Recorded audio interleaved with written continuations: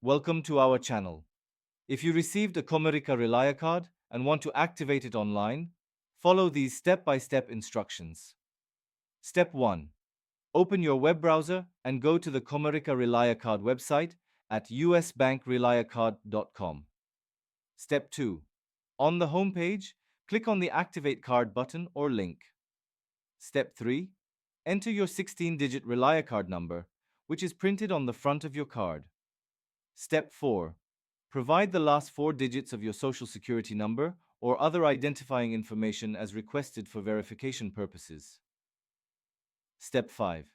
Create a username and password for your online account. This will allow you to manage your card, check your balance, and view transaction history. Step 6. Set up a personal identification number, PIN, when prompted. You will use this PIN for ATM withdrawals and in-store purchases. Step 7.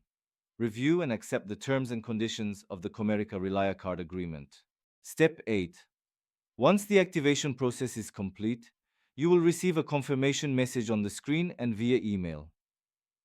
Your Comerica ReliaCard is now active and ready to use for purchases, cash withdrawals, and online transactions.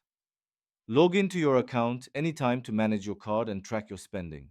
Don't forget to like this video and subscribe to our channel.